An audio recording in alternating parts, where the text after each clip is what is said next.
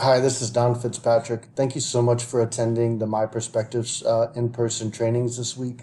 I hope that you got a lot out of it. There was one piece that came up on Wednesday morning that I thought would have been helpful to share with everyone. And so Miss Butler and I decided we'd put this together quickly to share one little thing with you. I'm looking at the grade 10 online textbook, and it looks almost exactly the same in your textbook if you have the physical textbook in your hand. I wanted to highlight, I'm going to just go through Unit 1, but all of the units are built the same. I wanted to highlight this unit at a glance, and I wanted to make sure that we all saw that the unit starts off with a mentor text. That's an example of student type writing that is going to serve as a model for the performance task at the end of the unit. So we start off with an example of what the students are going to be creating. Then we move into the green. The green throughout the entire book and throughout the entire series is whole group learning. And for each selection, we have the number of days that we believe it'll take, 2, 3, 5 for letter from Birmingham jail, and then a more in-depth performance task that takes 5 days. When we move from green, we'll go into teal. The teal section is going to be for peer group learning. And again, we have different selections and we have different amounts of days for each selection.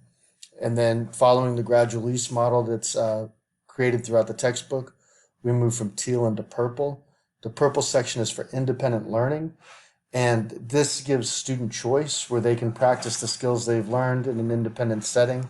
In this unit, there are 5 selections that the students can choose from. The students choose their selection, do their independent activities, and when they turn it into you, you have a sense of if they're able to master the standards or benchmarks or not. So we have whole group to peer group to independent, and then the end of unit assessment. And these routines are set up in Unit 1 for you and the students, and then we can repeat them throughout the year. I'd like to show you in a little more detail how the units are built. I'm going to move into the I Have a Dream section.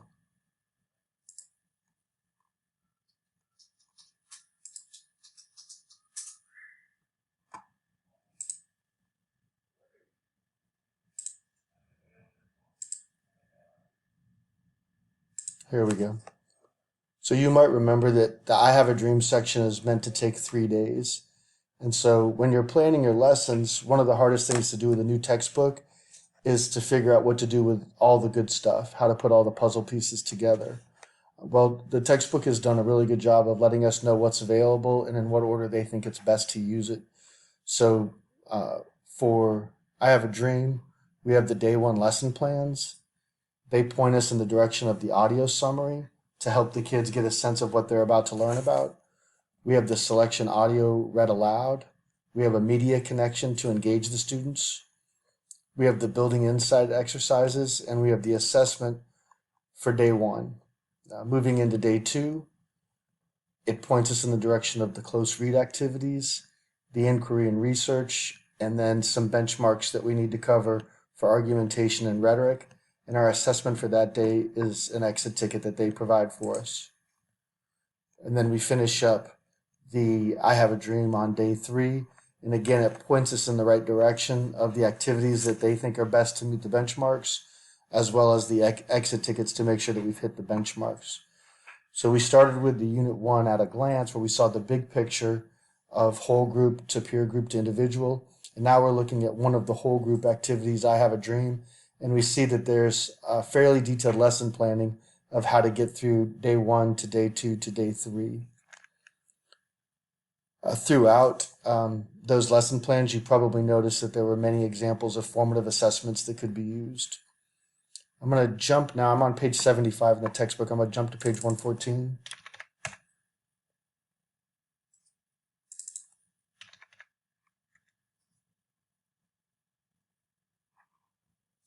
By jumping to page 114, I get to the end of the green section. That's the end of the whole group instruction. And the orange sections are always performance tasks. In this case, the students are going to use the selections that they wrote in order to start writing their first, start writing their first research paper. And the text, one of the reasons our teachers voted for this textbook is that it does a really good job of really teaching the writing process and creating all the tools that we need to teach the writing process. I think you'll be really happy when you see how the steps are broken down for this writing task and for the other writing tasks in the textbook. So we went from green to orange, and now I'm going to fast forward to page 128, where we move into peer group learning. I'm still in the Unit 1 uh, for grade 10, but now I've moved from the green, the I do part of the gradual release, and now we're moving into the peer group learning for the we do, where in the Unit 1 starts building all of the routines of how to move the students into peer group learning and what the peer group learning strategies are.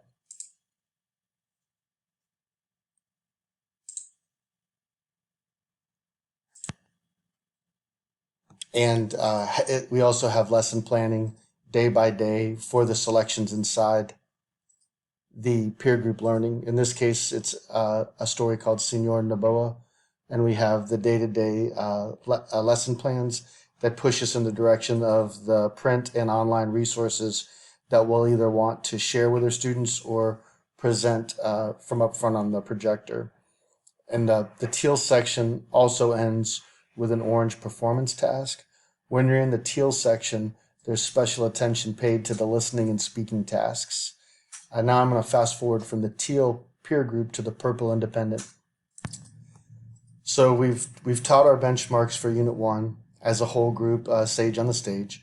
We've divided our students into groups to do some small group activities, but now we want to know if they can achieve the benchmarks independently without as much support from the teacher. So we move into the purple section. And what you'll find here are several selections for the students to choose from. And on the teacher end, you know the lexiles of the different stories. And so in your role as advisor at this part of the textbook, you can advise the students which selections they might pick. And if a student is a emerging reader and they might need some more scaffolding, you can direct them to the two stories that have a lower lexile and a higher readability, as well as your more advanced readers, you can push them towards the more challenging readings. So this is the independent learning. These selections are not available in the textbook or in the student consumable.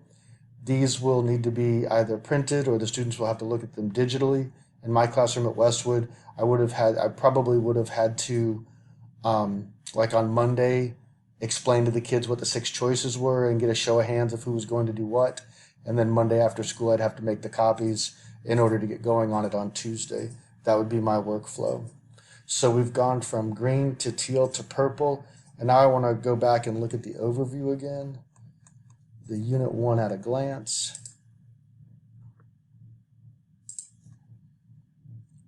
This is available at the beginning of the unit. And you can see that it starts us with the mentor text, which is an example of the writing we're going to ask the students to do.